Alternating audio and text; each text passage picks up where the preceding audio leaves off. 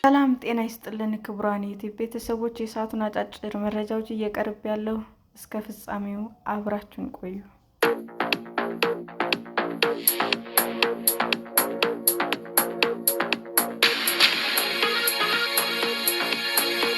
የኤርትራው ፕሬዝዳንት ኢሳያስ አፈወርቂ በነፃነት በዓል ላይ ባደረጉት ንግግር ስለ ኢትዮጵያ ምን አሉ?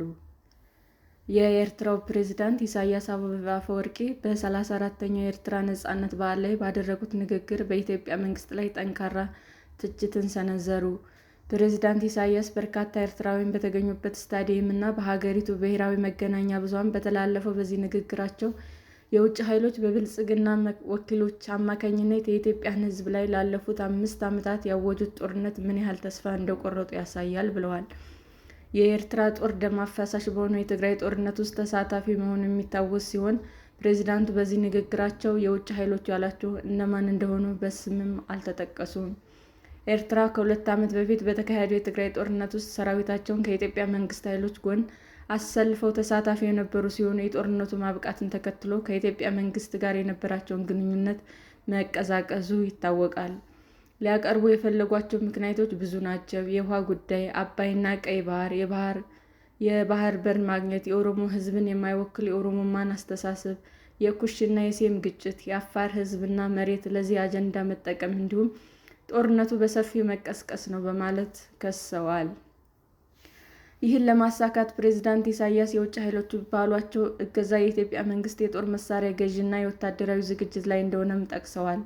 ፕሬዝዳንቱ የኤርትራ ሕዝብና መንግስት በኢትዮጵያ ለተካሄደው ለውጥ ድጋፍ በማድረጉና ድንገት በተፈጠረ ለውጥ ምክንያት አይቆጭም ሲሉም ተናግረዋል። ፕሬዝዳንት ኢሳያስ በኢትዮጵያ ባለፉት 80 ዓመታት በተሳሳተ ፖሊሲዎችና በዋሽንግተን አጋፋሪዎቻቸው ምክንያት የተከሰተው የታወቀ ነው ሲሉም ተናግረዋል። ፕሬዝዳንት ኢሳያስ ጠቅላይ ሚኒስትር አብይን ወደ ስልጣን ከመጡና ረቅ ከፈጠሩ ወዲህ ኢትዮጵያ መንግስት ላይ ጠንካራ ትችት ሲያቀርቡ ይህ የመጀመሪያቸው ነው። ላለፉት ሁለት ትውልዶች በኢትዮጵያ የሀገረ መንግስት ግንባታ ዕድል መጨናገፍ በንግግራቸው የጠቀሱት ፕሬዝዳንት ኢሳያስ ከቀዝቃዛው ዓለም ጦርነት ወዲህ ኢትዮጵያ ወደ ብሔር ፖለቲካ ጽንፍ ማምራቷን አመልክተዋል። አክለውም በኢትዮጵያ ታይተው የነበሩ ለውጦችን ተስፋ ሰጪ ህዝባዊ ምኞቶች ሲሉ ገልጸው ይህም የውጭ ኃይሎች ያስደነገጠ ነበር ሲሉ ገልጸዋል። ከከባድ የድንበር ጦርነት በኋላ ከ2 አስርት ዓመታት በላይ በፍጥጫ ላይ ቆይተው የነበሩት ኢትዮጵያና ኤርትራ ግንኙነታቸው ያሻሻሉት የጠቅላይ ሚኒስትር አብይ አህመድን ወደ ስልጣን መምጣት ተከትሎ ነው። የሁለቱ ሀገራት ግንኙነት የተሻለ ባለበት ጊዜ በተቀዛቀዘው የትግራይ ጦርነት ውስጥ የሁለቱ ሀገራት ግንኙነት እየተሻሻለ ባለበት ጊዜ በተቀሰቀሰው የትግራይ ጦርነት ውስጥ የሁለቱ ሀገራት ሰራዊቶች በአንድ ተሰልፈው የህወሓት ኃይሎችን ሲወጉ ቆይተዋል። ጦርነቱ በአሜሪካ እና በአፍሪካ ህብረት አማካኝነት በተደረጉ ድርድሮች መቋጫ ካገኘ በኋላ የጎረቤት ሀገራት ግንኙነት ከመሻከር አልፎ ወደ ፍጥጫም እያመራ ነው። በተለይ ኢትዮጵያ በቀይ ባህር በኩል የባህር በር የማግኘት ፍላጎቷ ይህ ከሆነ በኋላ በኤርትራ በኩል ስጋት ተፈጥሯል። ይህም ኤርትራ ከኢትዮጵያ ጋር በህዳሴ ግድብ ውዝግብ ውስጥ ከምትገኘው ግብጽ ጋር ትብብር በመፍጠር ውጥረቱን ተባብሷል። በተጨማሪም በይፋ ባይነገርም ኤርትራ በኢትዮጵያ ውስጥ ያሉ ታጣቂ ቡድኖችን በመደገፍ የምትከሰስ ሲሆን፣ በተመሳሳይም የኤርትራ ተቃዋሚዎች በአዲስ አበባ ጽሕፈት ቤት እስከ መክፈት ደርሰዋል። የሁለቱ ሀገራት ግንኙነት የበለጠ ያሻከረው ጠቅላይ ሚኒስትር አብይ ቀይ ባህር ላይ የባህር በር ሊኖረን ይገባል ማለታቸውን ተከትሎ ነው። ጠቅላይ ሚኒስትር አብይ ስለ ባህር በርና ስለ ወደብ ያደረጉት ንግግርና ያሳዩት ፍላጎት የኤርትራ ባለስልጣናት አላስደሰተም። ጠቅላይ ሚኒስትሩ የኢትዮጵያን የወደብ ፍላጎት በተመለከተ የቀይ ባህር ጉዳይ ሳናነሳ በሰላም ቆይተናል እና አሁንም ለምን ዝም አንልም? ከኤርትራ ጋር እንዳንጋጭ ቢቀርብንስ? ከጅቡቲ ጋር ብንጋጭ የሚል ስጋት ያለባቸው ሰዎች አሉ ብለው ነበር። ለዚህም ጥያቄ መነሳት እንደ ምክንያት የጠቀሱት እየጨመረ የመጣው የኢትዮጵያ ሕዝብ ብዛት የባህር መተላለፊያ ስለሌለው የመልክዓ ምድር እስረኛ ሆኖ መቀጠሉን አመልክተው ነበር። ላለፉት 34 ዓመታት በስልጣን ላይ የቆዩት ፕሬዝዳንት ኢሳያስ በብሔር ተኮር ፌዴራሊዝም የተከሰሱትን በርካታና ተደጋጋሚ አደጋዎች ተከትሎ ከ7 ዓመታት በፊት የታቀደው ለውጥ በኢትዮጵያ ብቻ ሳይሆን በኤርትራና በሌሎች አጎራባች ሀገሮችም የፈጠረው የደስታ ስሜትና ብሩህ ተስፋ በእውኑ ትውስታችን ነው ብለዋል ፕሬዝዳንቱ። ነገር ግን ተስፋ ሰጪ በሆነው ዕድሎች የተናደዱ የውጭ ኃይሎች ስራ አልፈቱም ብለዋል። ባለፉት ጥቂት ዓመታት በኢትዮጵያ ሕዝብ ላይ ያወጇቸው ጦርነቶች በብልጽግና አዲሱ ተተኪያቸው ተስፋ መቁረጣቸውን የሚያሳይ ነው። የዚህ መሸፈኛው ብዙ ነው ያሉት ፕሬዝዳንት አጀንዳዎቻቸውና አስቀድመው ያቀዱት የታወቀ መሆኑን በደፈናው ተናግረዋል።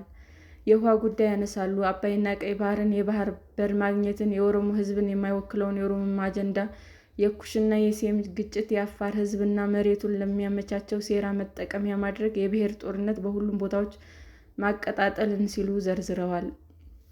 እነዚህ የታቀዱ ጦርነቶች ለማስጀመር የጦር መሳሪያዎችና ቴክኖሎጂዎችን ለማግኘት የሚደረገው የግዢ ጥድፊያ፣ ተጓዳኝ ፉከራዎችና ወታደራዊ ዝግጅት ሁሉም ያወቀውና የመዘገበው ነው ሲሉም አክለዋል። ፕሬዝዳንት ኢሳያስ በዚሁ ንግግራቸው ላይ በኤርትራ ሕዝብና መንግስት ላይ የተፈጸመ ያለው ግልጽ እና ስውር የማፍረስ ሴራ የታወቀ መሆኑንም ተናግረዋል። በዚህም የተነሳ ታይቶ የነበረው ተስፋ ሰጪ ዕድል መክሸፉን ተናግረዋል። የኢትዮጵያ ሕዝቦች የራሳቸውን ምርጫ ወስደዋል ያሉት ፕሬዝዳንቱ ተቃዋሚዎችን ለማጠናከር እየተዘጋጁ ነው ብለዋል። የኤርትራ ሕዝብና መንግስት ለታሰበው ተሃድሶ ወይም ለውጥ ያልተቆጠበ ድጋፍ በማድረጉና ድንገት በተፈጠረው ለውጥ ምክንያት አይቆጭም ብለዋል። ከቅርብ ዓመታት ወዲህ ጠቅላይ ሚኒስትር አብይ አህመድ የኢትዮጵያን የወደብ ባለቤትነት የመሆንና የመጠቀም መብት እንዳላት መናገራቸው ተከትሎ ኤርትራ፣ ሶማሌና የግብጽ መንግስታት አስቆጥቷል። ኤርትራና ኢትዮጵያ ለ20 ዓመታት በፍጥጫ ውስጥ ከቆዩ በኋላ የሰላም ስምምነት የተፈራረሙ ሲሆን በዚህም የተነሳ ጠቅላይ ሚኒስትር አብይ አህመድ የኖቤል የሰላም ሽልማት አግኝተዋል።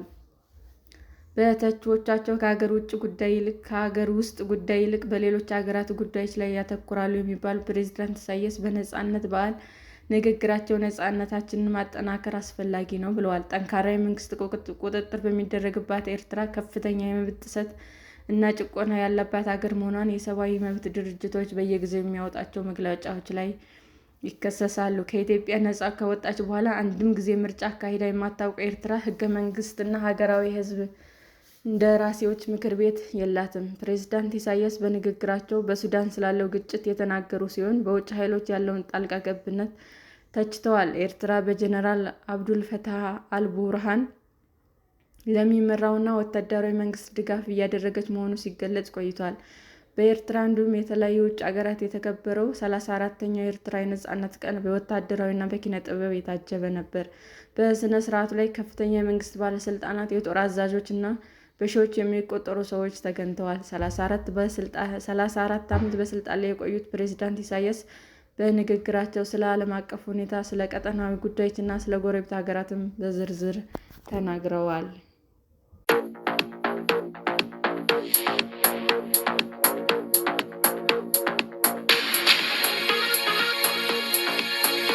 ሩሲያ በዩክሬን ላይ ከባድ ጥቃት ማድረሷን ተከትሎ ትራምፕ ፑቲንን እብድ ሲሉ ዘለፉ። ሩሲያ በዩክሬን ላይ ከባድ የአየር ጥቃት መፈጸሟን ተከትሎ የአሜሪካው ፕሬዝዳንት ዶናልድ ትራምፕ አቻቸው ቭላዲሚር ፑቲንን እብድ ሲሉ ዘለፉ። ትራምፕ ደስተኛ እንዳልሆኑና ጠንከር ባለና ባልተለመደ ተገስጦ ፑቲንን ምን ነካው? ብዙ ሰዎችን እየገደለ ነው ብለዋል። በኋላም ፑቲን ፈጽሞ እብድ በማለት ወርፈዋቸዋል። የዩክሬን ፕሬዝዳንት ቮሎዲሚር ዜሌንስኪ ሩሲያ በምትፈጽማቸው ጥቃቶች ላይ የአሜሪካ ዝምታ ፑቲንን እያበረታታ ነው ሲሉ ቀደም ብለው ተናግረው ነበር። በሩሲያ ላይ ከበድ ያሉ ማዕቀቦች ጨምሮ ጠንካራ ጫና እንዲደረግባትም አሳስበዋል። ሩሲያ በአንድ ምሽት 367 ያህል ድሮኖች፣ የሰው አልባ አውሮፕላኖች እንዲሁም ሚሳኤሎችን ተጠቅማ በፈጸመችው ጥቃት ቢያንስ 12 ሰዎች ሲገደሉ በርካቶች ቆስለዋል። የሩሲያና የዩክሬን ጦርነት ከጀመረ ወዲህ በአንድ ሌሊት የተፈጸመ ከፍተኛው ጥቃት መሆኑም ተገልጿል። የድሮኖችና ሚሳይሎች ማስጠንቀቂያ ሳይኖር በበርካታ የዩክሬን ግዛቶች ሰኞ ማለዳ ላይ በድጋሚ እየተሰሙ እንደሆነም ተነግሯል። በሰሜን ምስራቅ ካርኪቭ ግዛት ሕፃንን ጨምሮ ቢያንስ 3 ሰዎች መቁሰላቸውንና የግዛቲቱ ከንቲባ ኢሆር ቴርክሆፕ ተናግረዋል። እሁድ አመሻሹ ላይ በኒው ጀርሲ ለጋዜጠኞች መግለጫ የሰጡት ትራምፕ ፑቲንን ለረጅም ጊዜ አውቀዋለሁ፣ እንግባባለን። በአሁኑ ግን ሮኬቶችን ወደ ከተሞች እያስወነጨፈ ሰዎችን እየገደለ ነው። በጭራሽ የምወደው ነገር አይደለም ብለዋል። አሜሪካ በሩሲያ ላይ የጣለችውን ማዕቀብ ለማክበድ እያሰቡ እንደሆነ የተጠየቁት ትራምፕ በእርግጠኝነት ሲሉ ምላሽ ሰጥተዋል። የአሜሪካ ፕሬዝዳንቶች በሞስኮ ላይ የጣሉትን ማዕቀብ ለማጥበቅ ከዚህ በፊት በተደጋጋሚ ቢዝቱም ተግባራዊ ሲያደርጉት አይታይም። ብዙም ሳይቆዩ ትራምፕ ትሩዝ ሶሻል በተሰኘው የማህበራዊ ሚዲያቸው ላይ ባሰፈሩት ጽሑፍ ፑቲንን ፈጽሞ አብዷል ሲሉ አስፍረዋል። የተወሰኑ ግዛቶችን ብቻ ሳይሆን መላዋን ዩክሬንን መጠቅለል እንደሚፈልግ ሁልጊዜም እናገር ነበር። ምናልባትም ይህ ትክክል ሊሆን እንደማይችል ማሳያ ነው። ነገር ግን ይህንን ካደረገ ሩሲያን ወደ ውድቀት ይመራታል ብለዋል። ትራምፕ የሩሲያውን አቻቸውን ብቻ ሳይሆን የዩክሬንን ፕሬዝዳንት ቭላዲሚር ዜሌንስኪን ጠንከር ባለ ቃላቶች ተችተዋቸዋል። እሱ የሚናገርበት መንገድ ለሀገሩ ምንም አይነት ፋይዳ እያደረገ አይደለም ብለዋቸዋል። ከአፉ የሚወጣው ቃላቶች ሁሉ ችግር ፈጣሪ ናቸው፣ ደስ አይሉኝም እና ቢያቆመው ይሻላል ሲሉ ትራምፕ ለዜሌንስኪ ጽፈውላቸዋል። የዩክሬን አውሮፓውያን ሀገሮች በሩሲያ ላይ ተጨማሪ ማዕቀቦችን ቢያዘጋጁም አሜሪካ በበኩሏ የሰላም ድርድሮችን ለማሳለጥ እንደምትሞክርና ፍሬያማ ካልሆነ የራሷን እንደምትወጣ ስትናገር ቆይታለች። ባለፈው ሳምንት ትራምፕ እና ፑቲን አሜሪካ ጦርነቱን ለማስቆም ባቀረበችው የተኩስ አቁም ስምምነት ላይ ለ2 ሰዓታት ያህል በስልክ ተነጋግረው ነበር።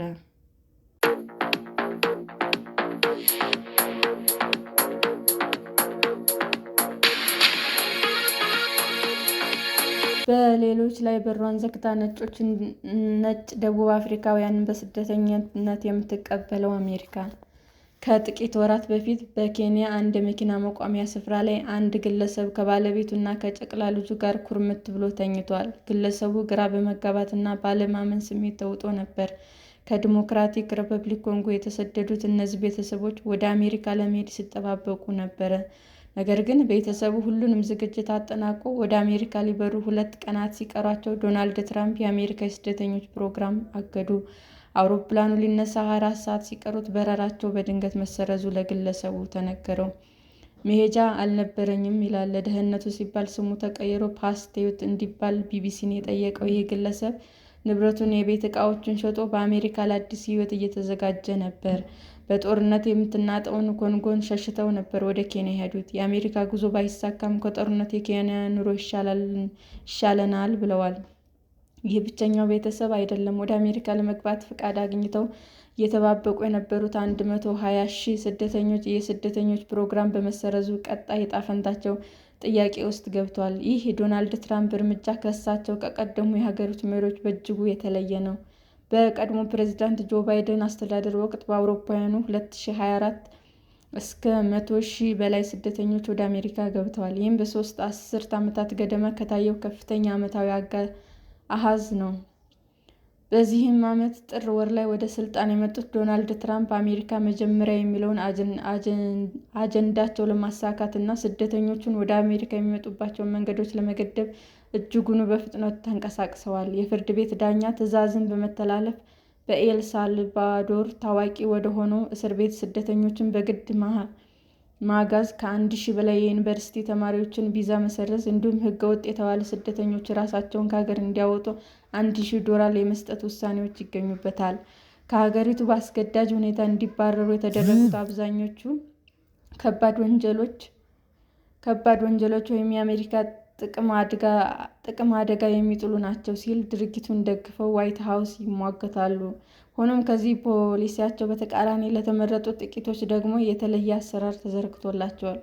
ፕሬዝዳንት ትራምፕ የዘር መድሎ ሰለባ ናቸው ላሏቸው አፍሪካነርስ ተብለው ለሚጠሩት ነጭ ደቡብ አፍሪካውያን ፕሬዝዳንታዊ ትዕዛዝ በመፈረም አሜሪካ መኖር ትችላላችሁ የሚል ለየት ያለ መብት እንዲኖራቸው አድርገዋል። ከጥቂት ሳምንታት በፊት 59 ነጭ ደቡብ አፍሪካውያን ያሳፈረ አውሮፕላን ከዋሽንግተን ዲሲ ወጣ ብሎ በሚገኝ አውሮፕላን ማረፊያ አርፏል። በዚህም ወቅት በውጭ ጉዳይ ምክትል ሚኒስትሩ አቀባበል ተደርጎላቸዋል። ይህም ፍትሐዊ አይደለም ይላል ፓሲቶ። የጸጥታ፣ የሕክምና አጠቃላይ ዝግጅቶች የጨረሱት 120,000 ስደተኞች አሉ ለዓመታት ጠብቀን፣ አሁን ግን እነዚህ አፍሪካነርስ በ3 ወራት ብቻ ዝግጅታቸውን ጨርሰው ሄዱ ይላል። ሁኔታው ፓሲቶ መውጫውን እንዳጣ እንዲሰማው አድርጎታል። በሙዚቃ ፕሮዳክሽን ሙያ ላይ የተሰማራው ፓሲቶ የቤተሰቡን ሕይወት ለማቆየት ሲል የሙዚቃ መሳሪያዎችን በሙሉ ሸጧል። አሁን ደግሞ የዕለት ጉርሳቸውን ለማግኘት ያገኘውን ይሰራል። በጣም ከባድ ነው ይላል። ትራምፕ አፍሪካነርስ በስደተኝነት ለመቀበላቸው ምክንያቱ የዘር ፍጅት ስጋት አለባቸው በሚል ሲሆን፣ የቅርብ አፍሪካያቸውና በትውልድ ደቡብ አፍሪካ የሆኑት ቱጃሩ ኤለን መስክም ይህንኑ ሲያስተጋቡ ይደመጣል። በደቡብ አፍሪካ አብዛኛውን የሀገሪቱን የእርሻ መሬቶች የሚቆጣጠሩት አናሳ ነጮች የዘር ፍጅት ስጋት አለባቸው የሚለው ጉዳይ መሰረተ ቢስ እንደሆነ በብዙዎች ዘንድ ቢታመንም በአንዳንድ ወገኖች ዘንድ መነሳቱ አልቀረም። በተለይም ደቡብ አፍሪካ በቅርቡ የጸደቀቻቸው የመሬት ፖሊሲን ተከትሎ በአሜሪካ ውስጥ ባሉ የቀኝ ክንፍ አክራሪዎች ዘንድ እንደ አዲስ መነሳቱ ጀምሯል። ደቡብ አፍሪካ ከጨቋኝ የአፓርታይድ ስርዓት ከ30 ዓመታት በፊት ብትላቀቅም አሁንም አብዛኞቹ የሀገሪቱ የእርሻ መሬትና አናሳ በሆኑት ነጮች እንደተያዙ ነው። ደቡብ አፍሪካ የነጮች ቁጥር 7 በመቶ ብቻ ቢሆንም 72 በመቶ የሚሆነውን የሀገሪቱን የእርሻ መሬት ይቆጣጠራሉ። ከዚህም ጋር ተያይዞ የመሬት ባለቤትነት በሀገሪቱ አከራካሪና አወዛጋቢ ጉዳይ ሆኖ የቆየ ሲሆን፣ በቅርብ ጊዜ የጸደቀው የመሬት ፖሊሲ ይህንን ኢፍትሐዊ ለማስተካከል ያለመ ነው ተብሏል። የደቡብ አፍሪካ ፕሬዝዳንት ሲሪል ራማፎሳ በአንዳንድ ሁኔታዎች ከነጭ የመሬት ባለቤቶች ያለ ካሳ መሬት መውረስ የሚያስችል ረቂቅ ሕግ እንዲሆን ፈርመዋል። ምንም እንኳ ራማፎሳ በአዲሱ ሕግ ምንም አይነት መሬት አልተወረሰም ቢሉም፣ ሕጉ ከጸደቀ ቀናት በኋላ ትራምፕ ለሀገሪቱ የሚሰጠውን በመቶ ሚሊዮኖች ዶላር እርዳታ እንዲያቋርጡ አዝዘዋል። ውጥረቱም ወደ ዲፕሎማሲያዊ ፍጥጫ እንዲያድግም አድርጎታል። የሁለቱ ሀገራት ግንኙነት መሻከር ማሳያ የሆነው ደግሞ ራማፎሳ ወደ ዋይት ሀውስ ባቀኑበት ወቅት ነው። ትራምፕ በቀጥታ በሚተላለፍ ቴሌቪዥን ላይ ደቡብ አፍሪካ ነጮችን እያሳደደች ነው ሲሉ ራማፎሳን አፋጠዋቸዋል። ራማፎሳ በተረጋጋ መንፈስ ይህ ከእውነት የራቀ እንደሆነ ተናግረዋል። ነጭ ደቡብ አፍሪካውያን ወደ አሜሪካ በፍጥነት ወደ አሜሪካ ለማምጣት ዋይት ሀውስ የወሰደውን እርምጃ የስደተኞች ተሟጋች ቡድኖችን ተችተዋል። እያንዳንዱ የጠበቃ ከለላ የመስጠት ጉዳይ ተአማኒ ቢሆን የመሳደድ መረጃዎች ላይ የተመረኮዘ መሆን አለበት። በዚህ ላይ ዋነኛው የሚነሳው ጥያቄ በሕግ ፍትሐዊነትና እኩልነት ላይ ነው ሲሉ ግሎባል ሪፉጂስ የተሰኘ ለትርፍ ያልተቋቋመ ድርጅት አባል የሆኑት ቲሞቲ ይናገራሉ። ስለዚህ አንድ ቡድን የሰብአዊ መንገዶች ከተመቻቸለት የአፍጋኒስታን አጋሮቻቸውን ማግኘት አለባቸው። እንዲሁም በእምነታቸው ምክንያት የሚሳደዱና ሌሎች ከባድ ስጋቶች የተጋረጠባቸውና የስደተኞች ሕጋዊ መስፈርቶችን የሚያሟሉ ቤተሰቦች ይህንን ዕድል ሊያገኙ ይገባል ይላሉ። ትራምፕ ከወሰዷቸው እርምጃዎች መካከል በአሜሪካ ውስጥ ላሉ አፍጋናውያን ሲደረግ የነበረውን ጊዜያዊ ጥበቃ ላለማደስ መወሰናቸው ነው። ለዚህም አፍጋኒስታን የጸጥታ ሁኔታዎች ተሻሽሏል፣ እንዲሁም ምጣኔ ሀብቷ የተረጋጋ ነው የሚል ምክንያት ትራምፕ ሰጥተዋል። ደቡብ አፍሪካ በዘር ላይ የተመሰረተ የወንጀል አጋዞች ይፋ አታደርግም። ነገር ግን የቅርብ ጊዜ መረጃ እንደሚያሳየው በአውሮፓውያኑ ከጥቅምት እስከ ታህሳስ 2004 ባለው ጊዜ በሀገሪቱ ውስጥ 6953 ሰዎች ተገድለዋል። ከእነዚህ ውስጥ 12 ያህሉ የእርሻ ላይ ጥቃት ሲሆን አንዱ ብቻ ነጭ አርሶ አደር ነው። ሌሎች 11 ሰዎች በእርሻ ላይ የተሰማሩ ጥቁሮች ናቸው። በዲሞክራቲክ ሪፐብሊክ ኮንጎ ደግሞ በቅርብ ዓመታት በሺዎች የሚቆጠሩ ሰላማዊ ሰዎች በታጣቂ ሚሊሻዎች መገደላቸውና 100,000 የሚጠጉ መፈናቀላቸውን የተባበሩት መንግስታት ድርጅት ያሳያል። የባለቤቱ ቤተሰቦች መገደላቸውን የሚናገረው ፓሲቶ ከሀገሩ የተፈናቀለው በአውሮፓውያን 2016 ነበረ። እንደ ፓሲቶ ወደ አሜሪካ በስደተኝነት መሄድ ፈታኝ መሆኑን የገባቸው ከጋዛ ተፈናቅለው በአሁኑ ወቅት በግብጽ የሚኖሩት የሐማድ ቤተሰብ ናቸው። በትራምፕ ዘመን ይህ የማይቻል ይመስለኛል ይላሉ አምዳጅ ሐማድ። እሱና ቤተሰቡ በአውሮፓውያኑ 2024 ለአሜሪካ የመኖሪያ ፍቃድ ግሪን ካርድ አመልክተው የነበረ ቢሆንም በቅርቡ ውድቅ መደረጉ ተነግሯቸዋል። ትራምፕ ለደቡብ አፍሪካውያን ነጮች ከሌሎች በፈተና ላይ ካሉ ማህበረሰቦች በላይ ማሳሰቡ ለአምዳጅ ግራ አጋብቶኛል ይላሉ።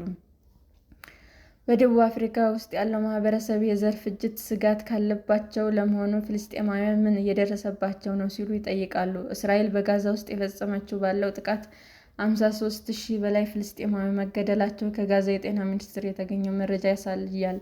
ከእነዚህም ውስጥ አብዛኞቹ ሴቶችና ሕፃናት መሆናቸውን በሐማስ አስተዳደር ስር ካለው የጤና ሚኒስቴር የወጣው መረጃ አመልክቷል። ሐማስ ባለፈው ዓመት መስከረም መጨረሻ ላይ በደቡብ እስራኤል ውስጥ በፈጸመው ጥቃት 1200 ሰዎች የተገደሉ ሲሆን 253 ሰዎች ታግተው መወሰዳቸው ይታወሳል። እስራኤል በጋዛ ጦርነት በፍልስጤማውያን ላይ የዘር ማጥፋት ወንጀል እየፈጸመች ነው ሲል አምነስቲ ኢንተርናሽናል መግለጹ ይታወሳል። እስራኤል ይህንን አልተቀበለችውም። ፓሲቶ የአሜሪካ ህልሙ ከደበዘዘ በኋላ በናይሮቢ ቤት አልባ ሆኖ ከቤተሰቡ ጋር ያገኘበት ያድራል።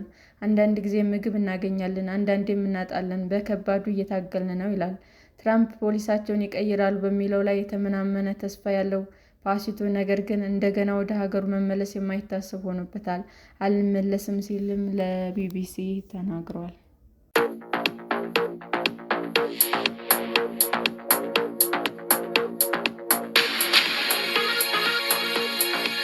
ክቡራን የዩቱብ አድማጮቻችን ለሰዓቱ ያቀረብኩላችሁ አጫጭር መረጃዎች ይህንን ይመስል ነበር። በሌላ መረጃ እስክንገናኝ ሼር፣ ላይክ፣ ሰብስክራይብ እንዲሁም ቢቀርብልን የምትሉት መረጃ ካለ ኮመንት እያደረጋችሁ ቸር ቆዩን።